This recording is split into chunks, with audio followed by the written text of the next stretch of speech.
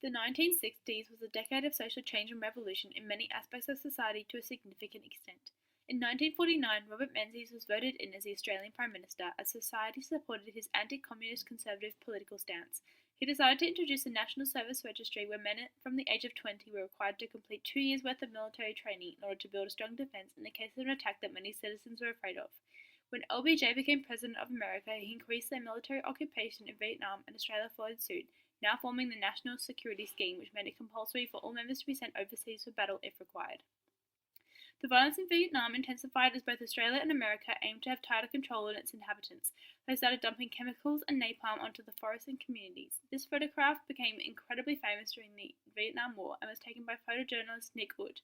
It is an extremely useful primary source as it shows the horrible events that happened during this period and how innocent people were harmed to a life-threatening degree. It is reliable as a photo during this time would have been nearly impossible to artificially change or alter, and is also extremely useful as it shows an authentic image taken during this time. However, the limitations of it is that it's hard to make any conclusions based on the snapshot taken of any other part in the war, or how this occurrence came to be. By 1972, Gough Whitlam was the new Australian Prime Minister, and he led a political revolution that immediately withdrew Australian soldiers from Vietnam. The 1960s changed Australian politics to a significant extent, going from Menzies' anti-communist to Whitlam's forward-thinking, from afraid and conservative to assertive advocative for change and free-thinking. Little Boxes by Malvina Reynolds, written in 1962, is an example of a protest song, a medium that became increasingly popular in the younger generation during this decade. It is about how the education system in America is forcing people into a particular mindset and conforming them into behaving and living the same way by restricting creativity and originality and making them conform to what is socially acceptable.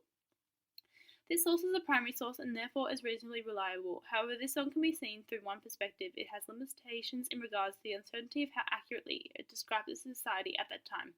Because the viewpoint of the lyrics is primarily social commentary, the reliability of the source is diminished as a person's opinion is extremely biased by their circumstance, demographic, and possibly unholistic view. But this source is still highly useful for any historian as it presents the perspective of how society behaved or could be perceived, and even though it is one person's opinion, this is not necessarily to discount its credibility. One protest movement fundamental to the overall change and revolution of the society in the 1960s was the Civil Rights Movement. Many people claim the leader of this movement to be Martin Luther King, who in 1963 co-organized the largest public demonstration in American history at that time, the March on Washington, and he delivered one of the most famous speeches ever. This primary source of archival footage which depicted the event of the I Have a Dream speech is an incredible resource that is both highly reliable and useful. Because the footage is reasonably impossible to fake or implement bias, the information presented is clearly very accurate. It also is extremely useful as it presents the crowd's reaction and the magnitude of its numbers that conveys how supported the movement was at this time. The now named I Have a Dream speech was a call for a civil rights bill that would include laws for equality between black and white people.